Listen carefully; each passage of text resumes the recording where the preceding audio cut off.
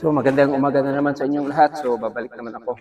Or nandito na naman po ako para ma-share ko naman sa inyo about all my bonsai materials here na dito sa aming tahanan. So as yesterday, ito ang mga bonsai ko is nangalaglag na hulog akong konso ngayon. Ito ang asikasuhin ko. Then mabuti nakabili na ako ng reserve or pot. It is nabasag ito. Then dahil sa dali na ako, nakakuha ako ng factory defect na pot. Ito naman laban siya mag-isa. So pag ipalit ko doon, matagalan patay kasi ang dami pang proseso. Baka sabihin pa nila na sa daan na nabasag. So hindi ko lang isuli. So ito ang ilalagay ko na bonsai material. Sayang, maganda pa na sa amin ito is made of clay. Papalit na lang ito hopefully it will maganda tingnan. Mas dali man siyang trabahon compared to other one. So ito lang trabaho itong bonsai. Called Picus nana. So tatatanim ko lang ito. Kita nyo.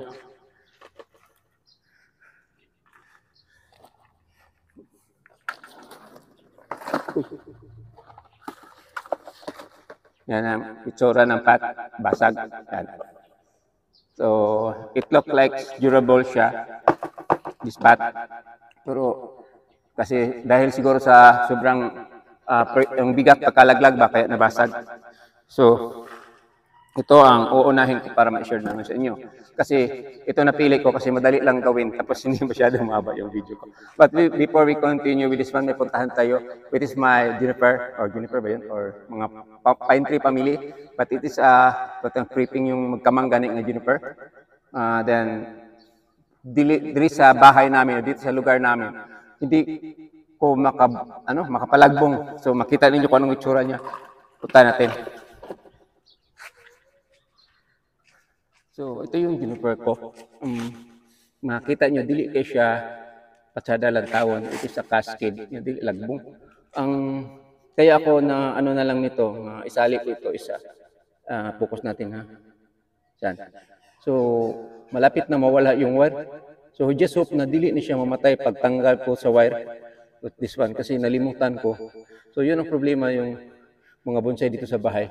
Malimutan. So, kahit paano, nagawa din ako ng bonsai na juniper. So, itong dadalhin ko doon, isali ko ito sa gagawin ko.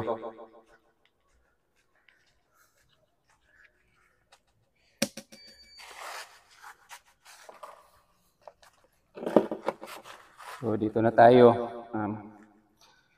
So, ganito talaga yung buhay na magbubonsai tayo. Minsan may failure, katulad nangyari kahapon.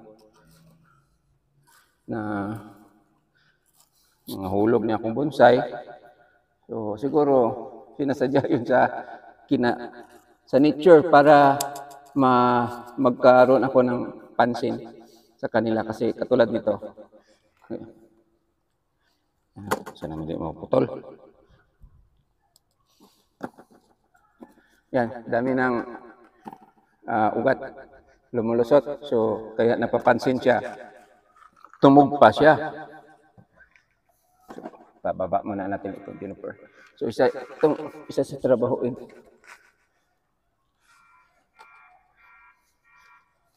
Yan, tanggal.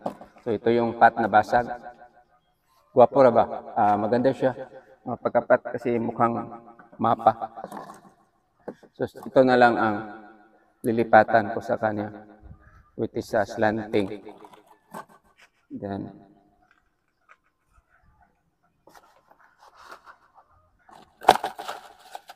yung lupa ko dito kasama na putik dahil sa ulan kahapon na sobrang lakas.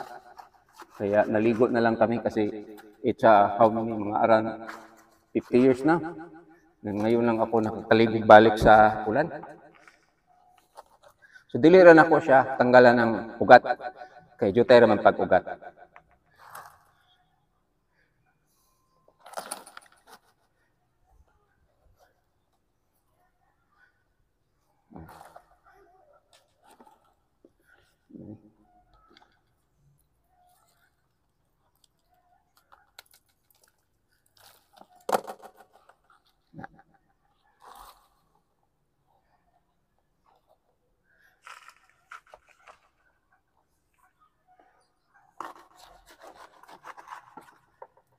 ganahan pagyuta. Pa-expose na ko niyang root kaya dinabihan ko ng suwil. Dahil ito wala lang angkor-angkor. Kasi maliit man itong bonsai. Pag malaki pa itong bonsai, need na siya i-angkor.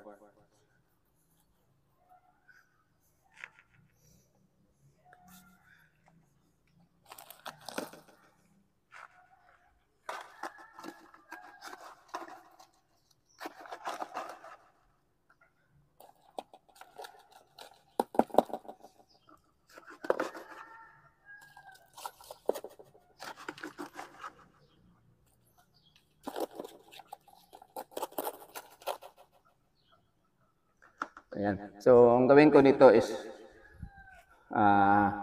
tangtangan ng mga dahon, tapos tanggalan ng mga wire, tapos tawag ko na itong totoong bonsai.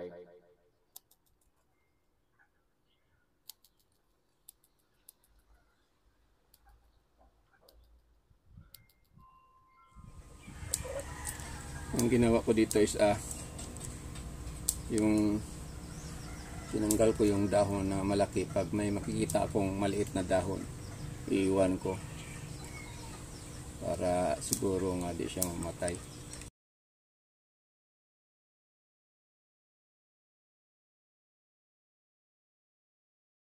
Maliit, iwan yan.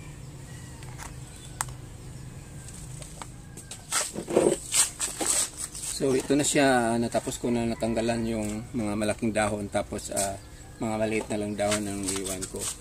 So since ito yung front ko, may nakita ako sa kasama natin mga master na sabi nila isa kaya i-clear yung front para makita. So itong sanga na ito is sa akin lang is parang nakaharang siya. So it's my decision na lang tanggalin ko itong sanga, tingnan natin anong itsura, tapos itong isang sanga is ibaba ko diretso na lang dire. So tingnan natin kung ano mangyari. Yan. So clear na siya, tapos itong sanga na ito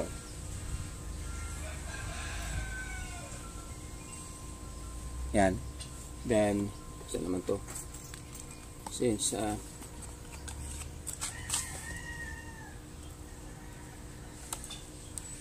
mahirapan akong mag-wire this sanga, hihilain ko pababa, talian na lang. So ganyan ang gawa tayo ng bonsai. Minsan mayroong experiment kasi sa pagkagawa ko dito sa bahay ng mga materials ko, nanonood din ako sa mga master, tapos kukuha din ako ng mga ideya nila kung para mga ideya nila nga maganda, para naman maging maganda din yung mga gawa ko. Yan.